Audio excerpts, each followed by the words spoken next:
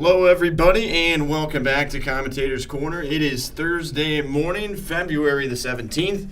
Tyler Reedy and Brendan Prizeman here with you today to talk some sports. Brendan, good to be back as we keep rolling through second semester. It is indeed. I'm glad you managed to make it here. You said that you needed some heart medication after the Notre Dame basketball game last night. An overtime win. The Irish currently sitting on the March Madness bubble, surviving Boston College. I seem to recall you saying that Notre Dame might have been like an ACC title contender. I feel like ACC title contenders don't need OT against Boston College, but we can save that for another podcast. I think our March Madness preview podcast is going to be a whole lot of fun because we've both got dogs in that fight, but we also both like arguing. So we'll see what happens. We've got some other sports as well. We're going to talk about the Super Bowl, which was a surprisingly cruddy game after so many other great games in the playoffs, and we're going to talk about Creighton Prep basketball now with just one game remaining in the regular season. So we'll start with that right now. Yep, so the only thing I'll say to your Notre Dame slander is that Duke is also losing games to bad teams. But Notre Dame's ACC, a win's a win. So, yeah, we'll get to a deep dive in college basketball. In one of the worst conferences in college basketball right now. Got to do what you got to do. The matchup wasn't great, all right? BC already beat Notre Dame in December. Anyway. The ACC is not better than Gonzaga's conference. I'm telling you that right now. Okay, that's a hot take. It's not. All right, we'll get to a deep dive in college basketball next week and beyond, but we'll start with prep, as you said. Tuesday night, 60-57 loss at home to third-ranked Millard North in a really good, really wacky basketball game that didn't start until 7:50 after a 7 p.m. Scheduled tip-off. Millard North getting the victory in a game that was close the whole way through. Aside from a 14-3 run by the visitors to start the game, it was back and forth. Two of the best teams in the state trading punches, and Prep, I think, showed with Luke Junger scoring 23 points, David Harmon putting up 18, Jason Green with 20 from Millard North. I think Prep showed that if you're a good team but you don't have a ton of depth, I think Prep can hang with you pretty well. It still remains to be seen, what the Junior Jays might be able to do against a West Side who can run a 9-man rotation again. But Millard North, it was essentially just 7 guys. It was the starters and then plus Isaiah McMorris and Elijah Gaith. Yeah. And they played horribly. I think they were combined like 0 of 10 from the field with 1 total point. Yeah, 1 of 10, 4 total points between those two guys you mentioned. It was essentially 5 guys from Millard North aside from those two sparingly, and Prep was able to run with them just fine. So even if on paper, you look like a better team than Prep. You look like a state contender. If you don't have the depth, the Junior Jays can handle you pretty well if you have the defensive intensity coming from them, which was certainly there on Tuesday night. So certainly a good sign, although it was a 3-point loss. Yeah, definitely bitter taste in the mouth after a senior night loss like that. But you can't fault the Junior Jays. I think Millard North, the problem with them was inconsistency, which I think occasionally we saw last year when they were just so talented and they could really get by on, all right, so Hunter Salas is going to score like 10 points in the first quarter.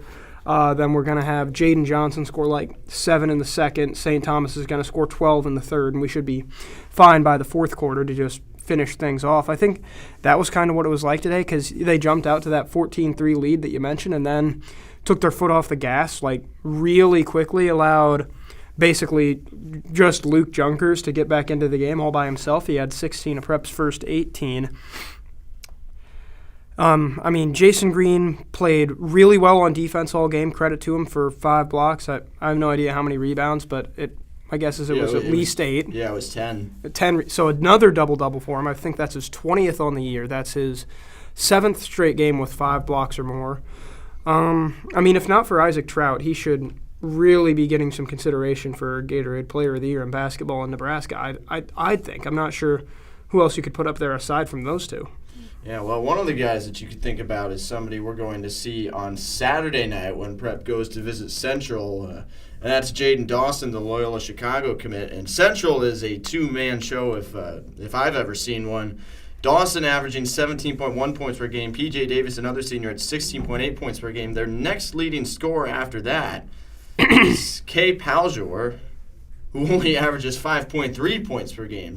And he's a Prep transfer, I believe. Yeah, he is. He was here for the first couple years of his high school career, but now at Central and getting starting minutes. So Prep just going to have to focus on those two guys. And well, they're a little bit similar to Millard North when you think about it. Yeah, They've really got one good inside guy like Millard North and Jason Green, one good outside guy like Millard North and David Harmon, and then the rest of the guys just are going to try and take advantage of whatever else they can get, which is, in a way, kind of similar to Prep. I know that we talk about Prep's balance, and they have been a pretty balanced team, but they've only had 2-3 guys that have been able to create their own shots all year. Martell Evans has been a good drive and kick guy. Luke Jungers can score the ball from basically anywhere on the court, but other than that, is there anybody for Prep that come districts or state playoffs that we should really be super, super confident in with the ball in their hands late in the game? Yeah, it's hard to tell because like maybe Casey O'Malley. Guys can just get so streaky. It's not like last year where you've got 4 or 5 guys on the floor who any one of them can drive to the basket for a layup at any time, or can hit a kick out 3 at any time, or make a great pass or defensive play. It always seems to be very streaky. It's a good point you brought up. Sometimes Jungers will get on a run like he had with 16 of the first 18 points on Tuesday, or Casey O'Malley will hit a few threes in a row, or Joey Rischel can do that as well. But it is pretty streaky, and when you have that going on, I think you just have to, by default, look to your seniors, and Luke Jungers has to be the number one guy. Considering he's been here 3 years, considering he can score on more levels than anybody else on the team. And do it better than almost anybody else on the team as well. 16 of the first 18, but then only 7 for the rest of the game. So that's, there are 8-minute quarters. That's about 22, 23 minutes. 7 points in a game against the number 3 team in the state. That's not a performance that Prep can necessarily afford. And to your point about the kick-out threes, we've got a lot of guys that can make those threes. Joey Rischel, Joe Sudbeck, Casey O'Malley, all those guys that you mentioned. Issue is there has to be somebody that's able to pass them that ball, because we haven't really seen guys like Rischel and Sudbeck create for themselves all year. It's been mostly sit in the corner and wait for a pass. Evans has shown himself to be a pretty good passer over the course of the year, but Jungers, I still haven't seen any incredible court vision from him. And if it gets to the point like it did on occasion on Tuesday night, where a team like Millard North is sending the double with Jason Green and Nick Dolezal, is Jungers going to be able to find that open guy? Because it's been kind of tough sledding all year for Prep against these top teams. The issue so much isn't a talent gap. I don't think there's much of a talent gap as I thought there was before the year started. I think Prep's got the talent to hang with almost anybody in the metro or in the state right now, except for maybe Westside, who you mentioned a little bit earlier, because they can go 9 deep. That's just an incredibly talented team. But it's not so much a talent gap as it is that the most talented guys for the other teams seem to be more willing and able to step up when it matters than the guys for Prep. And I'm not saying that's trying to attack anybody. It's just that's the way I view things right now. It's who's going to get the last shot. Tuesday night for Prep, it was Casey O'Malley. It was a pretty good look. Missed it left, I think. But, if it gets to state tournament time and you're in a situation like last year's double, triple overtime bonanza against Bell West, who do you have bringing the ball up? Who do you have running the offense for? Who do you have at the free throw line when it matters most? Because right now for Prep, those are still questions that probably need to be answered, and they need to be answered soon. Yeah, so going back to that Central game on Saturday night, Prep already played the Eagles earlier this year in the Metro Conference Tournament. It was a 58-53 loss in the quarterfinal round. And, quite frankly, ugly game. Yeah, Prep only lost by 5 playing horrible one of their worst games of the year, I would say, just looking at some of the stats from that. Yeah, do you have the turnovers from that? I'd be real curious. Turnovers aren't the most egregious thing. 39% from the field for Prep, although Central was at 38. But yeah, it was a rough shooting night for everybody. I wonder if the empty seats behind all the hoops had something to do with that, because that'd probably be a weird environment to go to when you're so used to the cramped gyms. Prep 13 turnovers, Central 9. Here's the big one. Central 12 of 16, 75% from the free throw line. Prep 5 of 13, 38% from the free throw line. That was the kicker in that game. And because Prep was in it, and then they just kept driving to the hoop, getting fouled, and missing their free throws. Yeah, in a single-digit game, you make a few more of those, and what do you know? Who You knows? have a win. So, yeah, Prep certainly not as far off from Central as some people would like to believe. Central's probably the most beatable team in the top 4 when you look at them compared to Prep. It's just Prep's got to be able to finish when it matters, because those clutch wins, like I said, you're going to need guys who are able to get you that win in clutch situations. And so far, Prep hasn't had that many wins in clutch situations this year. You look at their schedule, and it's like their closest wins are, I don't know, the 2-point win against Grand Island at the start of the year was pretty good. 3-point win against Lincoln East. But since then, you've got a couple of 4 or 5-point wins here or there, a 6-point win against Fremont, 6-point win against Lincoln Northeast. But when it gets really down to crunch time, that 1 or 2 possession game, they haven't really been able to win it since, like, when was the Grand Island game? The Grand Island game was December 2nd. Mm-hmm. That's like their last really good clutch time win. And it's over 2 months ago. Districts are like a week and a half away. Yeah. It's. I think they can do it because Coach Ludke's one of the best coaches in Nebraska, obviously. But they are going to have to find somebody who's willing and able to finish games. So, yeah, speaking of finishing games, we'll turn things over to what was a very intriguing Super Bowl number 56 at SoFi Stadium in Los Angeles. The Rams beating the Cincinnati Bengals 23-20 for the title.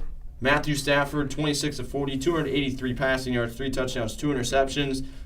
One of those picks was not his fault. Yep. Cam Akers, only 21 yards on 13 carries. Yet the Rams were still able to take care of business thanks to this man, the Super Bowl MVP. Cooper Kupp, 8 catches, 92 yards, 2 touchdowns. Also worth noting, Aaron Donald had himself a big game as well with 2 sacks, getting pressure on Joe Burrow down the stretch. Von Miller had 2 sacks as well, along with a pass defended. Aaron Donald took over that game. Also, good for Cooper Kupp for winning with a .2 QBR. That's probably the lowest QBR for a Super Bowl MVP. But, it was an interesting game. I wouldn't call it good. Like, there were a couple of exciting moments. The first touchdown drives for the Rams, and then the second touchdown drive for the Rams. Both were pretty exciting. The Bengals had a nice long pass to Jamar Chase in the first half. But this game actually brings me to an interesting theory I have about football games. What's that? So there are 2 types of close games. There's ones like Chiefs-Bills where it's like, holy cow, both these teams are really, really good. And they are just matching each other punch for punch. And eventually it's going to come down to luck. And then there's games like the Steelers-Lions tie from earlier this year where it's just like, holy cow, both of these teams are so bad that neither can put it away. And they just keep like handing the game to their opponent on a platter, and their opponent keeps handing it back.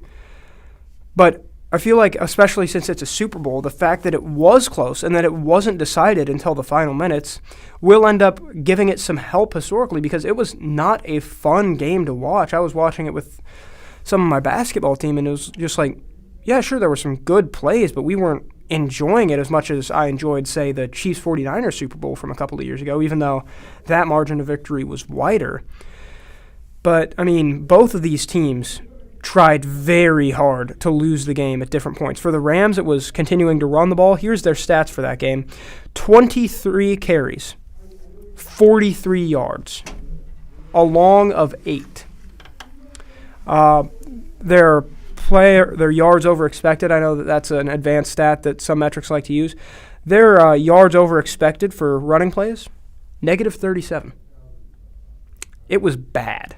And they just kept running the ball on first and second down. And all I kept seeing on Twitter was, McVay, what are you doing? Do you want to leave this team after the Super Bowl? Because that's certainly what it looks like. He didn't really turn on the, I guess, creative style Jets until it was actually time for the game-winning drive. But that drive, 15 plays, 79 yards, 448, that drive was a good drive because he was finally like, all right, you know what, I'll just get the ball into the hands of my playmakers and we'll call it good from there.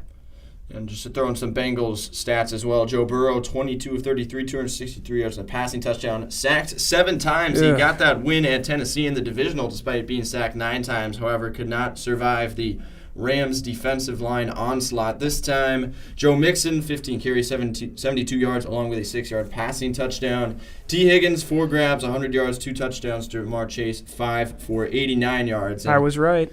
Yeah, and one thing I think, the game wasn't great, like you said, until the last couple of drives when it really got interesting. Mm-hmm. Both teams kind of starting to move the ball a little bit on offense and create some intrigue. But I will say the end and watching the final seconds tick down and seeing just the emotion from the Rams is definitely up there with some of the best we've seen, because Aaron Donald in tears, Odell Beckham Jr. after tearing his ACL, all the injuries he's been through, and then all being the able to come Browns back fans he's had to suffer through. Yeah, being able to come back on the field, celebrate with his team. He was in tears as well. Van Jefferson's wife going into labor and him rushing to the hospital after the celebration. Yeah, there was that Rams player that proposed. I mean, it was Eric Weddle got a ring. Yeah, it was a whole barrage. After, I think, tearing his pec mid-game. Yep, a whole barrage of emotions from the Rams, which was really cool to see. Yeah. And second straight year as well. Team won the Super Bowl. Team wins the Super Bowl in their home stadium, yes, exactly. After acquiring a quarterback in the offseason. So, that too. Hey, Arizona, I hear Aaron Rodgers might be available. If you're looking for a quarterback and you're not too happy with Kyler Murray, which is what I'm hearing right now, then maybe you could look at it. I do think we should mention, though, the officiating. It was good I was just going to ask you. Good for the most part. I mean, the T. Higgins 75-yard touchdown pass where he just rips Jalen Ramsey's face mask and throws him to the ground, inexcusable. I was listening to the Bill Simmons podcast, and Simmons was like, I think it was just because it was so blatant and so much of like a holy cow type pass interference. They're like, oh, no way that's pass interference. That'd be way too obvious and flagrant. He probably just fell down. But other than that, the refs kept the whistles in the pockets for the most part until the Rams got inside the 10. 3rd and goal at the Cincinnati 8. Stafford goes over the middle to Kupp, holding on Luke Wilson, which, first of all, why is a linebacker guarding Cooper Kupp on 3rd and 8? I don't know. But zone coverage. Yeah. But hold called, I mean, it was probably a good call, but calling that when they had been letting a little bit like that go all game is interesting. Then the next play, Stafford throws a touchdown pass to Kupp. Offensive holding and unnecessary roughness, offsetting penalties. So another 1st and goal. Stafford throws it to Kupp. Eli Apple, pass interference, and Rams have the ball on the 1. Stafford tries to sneak, doesn't work. Stafford throws to Kupp again. That time it's a touchdown. Rams deserved to win that game. Their defense outplayed the Bengals' defense, and Stafford had a really clutch drive when it mattered, including that 3rd down conversion on, let's see, where was it? Or maybe it was 2nd down. Oh, yeah, the 2nd and 7 pass where he basically threw a no-looker to Kupp for 24 yards. I don't know if you've seen the camera angles of that, but it was an incredible pass. He looked, I think it was Von Bell off just enough to get the ball to Kupp. But, I mean, the officiating, both teams benefited from poor officiating, but for the most part, I think the officials did a pretty good job. They let the players play, which is kind of what you want out of a Super Bowl. So I don't have too many complaints. I wouldn't give them an A, but I'd give them, I'd say, a B-. Yeah, the big call, like you said, was that holding penalty on Logan Wilson on what was a 3rd down with Kupp coming over the middle. And I didn't really agree with the call. I didn't think Wilson did anything necessarily to inhibit Kupp's progress across the field. It was pretty ticky-tacky. Maybe you call it in week 3, but not necessarily in the Super Bowl. But I certainly understand why they called it, because Cooper Kupp, with the season he's had, I mean, you know how in the NBA a player like LeBron is going to get more, fouls drawn than a rookie. Actually, not really this year. Not really this year? He only shot 2 free throws last night against the Jazz, and he took 25 field goals. So the other one I'd point out is Brady, maybe getting more roughing the passer. But once you reach a certain status in any league, it's probably expected that you're going to get more calls going your way. And that's kind of what I think it was with the officials, just knowing that it was Cooper Kupp, it was probably a hold. So, and like there was some clear grabbing. Yeah, but it's just a matter of did it slow him down? I didn't think it did, but it was really close. Yeah, and then the other penalties on the goal line, like I don't have any real problems with. Maybe like guard Cooper Kupp legitimately. If you don't want to be called for penalties, that's my opinion. Obviously, you can't really do that with Eli Apple, who was having some horrible days on Twitter over the past couple of weeks. I think some restaurant, I can't remember where it was, but they did like the Eli Apple special, apple slices on burnt toast. So, pretty fun Super Bowl all around. Matt Stafford got publicly intoxicated during the parade, which was yesterday. Aaron Donald took his shirt off. Van Jefferson's wife showed up 2 days after giving birth, or 3 days after giving birth, which, shout out to her, that's pretty incredible. Les Snead wore an F Them Picks shirt, which is kind of funny. And both Donald and McVay appear open to returning next year, so Rams should be once again in contention next year, but we can wait on our NFL preview episode until like June. Well, the way too early odds are out for next year's Super Bowl, and it is the Chiefs as the favorite right now. And speaking of the Chiefs, what is happening? It appears that there's a reason that Eric Bieniemy still has not been hired as a head coach. And Tyler, you're a Chiefs fan. I'll let you take over this. Yep. So AFC Championship game. You probably don't need to be reminded, but I'd like to be. Kansas City. Why don't you remind me? Kansas City 21-3 lead at halftime. Everything is rolling, and second half offense comes out. Mahomes does nothing. End of the first half offense comes out. End of the first half, too. 3 points scored by the Chiefs in the second half, and they almost missed those 3 points. It was the end of the second half, game-tying field goal drive. Mahomes fumbled just beforehand, so they nearly lost that one, too. But Chiefs ended up losing 27-24 in overtime after the 21-3 lead. And it's always been recognized that Eric Bieniemy is a great offensive coordinator. The Chiefs are a great offense. They can run a lot of exotic plays and really confuse the defense. So Bieniemy, understandably, has been getting looks for head coaching jobs. Hasn't been offered one just yet, but there have been rumors and searches out there. But like you said, I don't know what this is going to do for his reputation. We don't even know how true it is. But there was an article that came out about the AFC Championship game that said, first of all, Bieniemy and Mahomes got into it at halftime in the tunnel and in the locker room. And this isn't just the AFC Championship. This is in general. They get in each other's faces. They yell at each other. And then Reed and the other coaches have to step in. So there's that. What were you going to say?